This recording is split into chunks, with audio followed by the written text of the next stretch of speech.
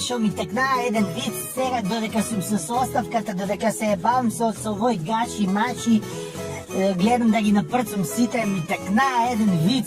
Абе, умрех се од смеење, цела ноќ се умрех од смеење, бе. Абе, многу добар виц, сега ќе ви го кажам. Значи, вицот почнува вака, вика, го прашуват Заев, Демек Заев го прашуват, мен ме прашуват. Абе, Зајко, зошто ти се такива очите све помодрени? Се јавува Грујо и вика, такива му се очите, пошто е глуп.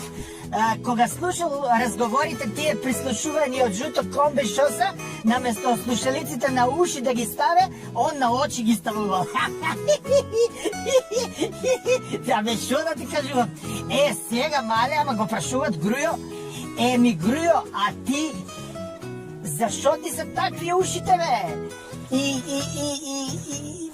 За никаде, бе, све помодрени. Ја ги ставувам слушалиците на уши. Зашо, бе? Па да не чуjem са бајле Интерпол кој ќе ме буде. И на крај многу е добар вица, растура вица, значи, јас сум се сакапал од смеење, многу е добар. Вика, го прашуват сега Али Ахмети, абе ти дека ги носиш тие слушалиците, дека ги ставаш да му ја по мајката? Он вика на јајцата. Дека бе на јајцата, бе, зашо бе на јајцата? Да не ми прават клик-клак кога бе ебам и теби, Грујо.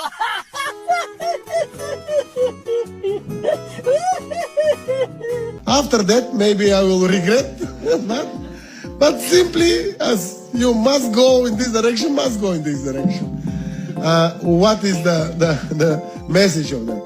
There is no alternative for us. We must move in this direction. Срамота е! На кого бе ти говно? Упушење и дудлачење е Анастас Сава Ковачевиќ, викан чурка без коса.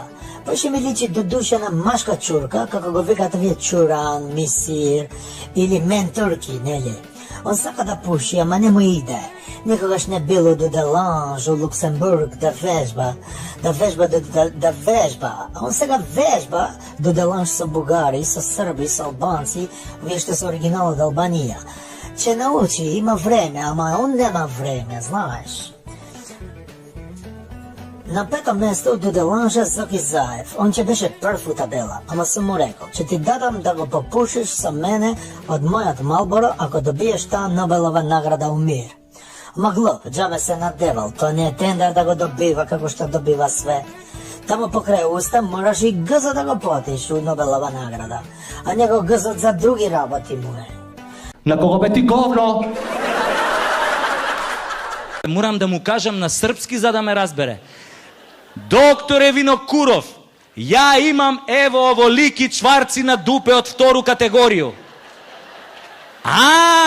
Харашо! Како бе харашо? Так, буде све нормално, вислечет гол. Опа, шо ти е руска медицина? Нема трте мрте, има само трте. Вислечет гол. Викам, докторе, да изоблечам маицава, патикиви и чорапиве. Нет, ти слечет тотално гол. Викам, ова е тотално отиден. Абе, викам, замисли Путин да имаше хемороиди, а сигурно има, пошто знам дека се добивале на нервна база. А Путин многу се нервира кога ќе поминат месец дена, а нема да затвори некој од рускиве тајкуни што не му плаќаат рекет. Мислам, исто е како кај нас, потпуно. И замисли Путин така со хемороиди да отиде кај овој доктор Винокуров која е сега и доктор Винокуров да му рече: "Тавариш Путин, так, буде све нормално, вислечет гол." Каде бе на Путин вислечет гол, бе? Па Путин тепа мечки.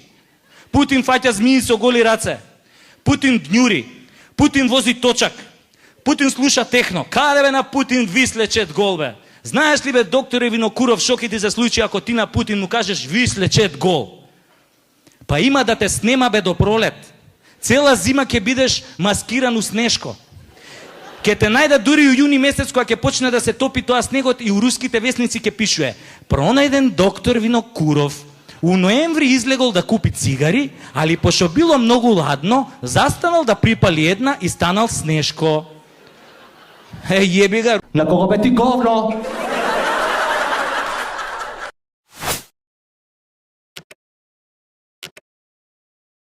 На кого бе ти говно?